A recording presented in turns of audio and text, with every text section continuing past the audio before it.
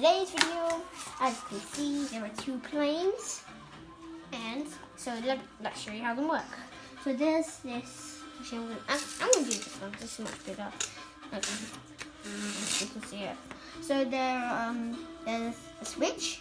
They can go, and then I'll show you how the switch works. And then there are two cables going into the batteries. The batteries have two cables, and the cables for the batteries activate the motor to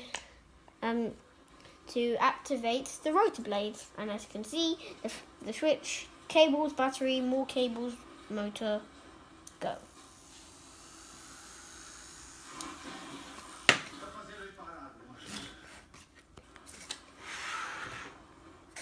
And this one is slightly different because this one you can change the batteries, but on the other one you can't. So you better save the batteries. So there. And this one, whoever made this just covered it up with more lolly sticks. Don't know how they made this triangle. And they put two there, two there, two there, and two there.